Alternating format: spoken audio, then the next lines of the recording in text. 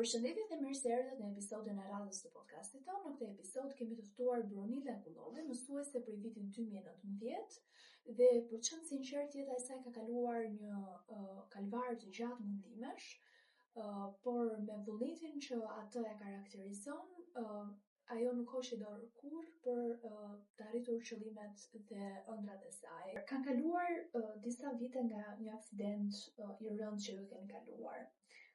Si e kujton sot atë periudhë? Periudha e aksidentit nuk është se unë e mbaj mend, por ka qenë një aksident shumë i rëndë për mua, pasi më ka dhënë shqetësime të një pasnjërshme, të vazhdueshme dhe shqetësime shumë të rënda për shëndetin, për të jetuar, pasi kam kaluar edhe një periudhë kome, edhe ka qenë edhe më e vështirë për të ringritur dhe për të gjetur forcën për të arritur aty ku ne dëshirojmë. Fill pas aksidentit ju kaluat një periudhë të mundimshme si në spital, po edhe pas duke u ndjekur me fizioterapi. Po si gjetët këtë dëshirën për t'ju rikthyer shkollës edhe pasionet tuaj për mësuesin? Dëshira për të jetuar, normalisht edhe familja ime ka qenë një shtysë e madhe, një përkrahje e madhe për të arritur këtu ku jam. Atëherë, në momentin kur je në atë gjendje që isha, në gjendje kome dhe në gjendje në rrezikshmëri për jetën, të krijohet një forcë dhe një dëshirë, një vullnet për të arritur atë çka ne dëshirojmë, që të jemi në punë në profilin tonë. Nuk ka qenë lehtë, pavarësisht sfidave, siç e thash edhe më lart që kam kaluar, nuk jam dorëzuar. Unë kam kaluar një periudhë kome dhe mbas asaj kam bërë një fizioterapi, një periudhë të gjatë fizioterapie, që më është dashur për të ringritur, kam qenë e paaftë për punë, e paaftë për të lëvizur, e paaftë edhe për vete.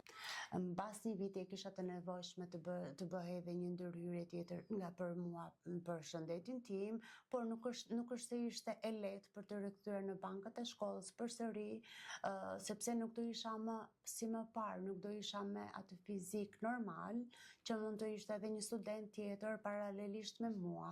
Pra, vështirësitë e mia ishin të vazhdueshme dhe të njëpasnjëshme në momentin që unë kisha shkollën, por paralelisht kisha edhe shqetësimet e mia fizike, që pa mundësinë për të arritur dhe për të vazhduar, por në momentin që unë nuk u dorëzova, sepse kisha një forcë të brendshme për të vazhduar, për të vazhduar atë profil që unë dëshiroja dhe ëndërroja gjithmonë. Dhe si përfundim e arrita, e mbylla vitin shkollor me shumë vuajtje edhe me shumë peripeci, por në momentin që kërkova për punë, nuk ishte e mundur, kam kërkuar në shumë qytete, por mundësia ishte shumë e vogël. Më së fundmi, në vitin e kaluar isha në konkurim në Tiranë, në pamundësi Elbasani për të marrë një vend pune, pasi unë kam kaluar 16 kontrata, por ato kanë qenë me kohë të pjesshme, normalisht me kohë shumë të pakët, edhe isha e detyruar edhe të punoja edhe në punë private, sepse normalisht që do jetojmë, siç u thash edhe unë këtu jam vetëm, detyrohem për të jetuar, detyrohem që më duhet një punë paralelisht, edhe pjesa e kontratës nuk mund të qëndroja aty, vetëm me një punë 2 javore, po e themi, ose 2 mujore. Po, pse mendoni se jeni përballur me gjithë këto vështirësi për gjetur një vend pune? Atëherë, për të gjetur një vend pune nuk është e lehtë, por normalisht që duke kërkuar vazhdimisht për një punë, normalisht nëse unë nuk do e merrja një kontratë shumë të shkurtër, 2 mujore ose 3 mujore, unë do rria në shtëpi, do isha e pa punë.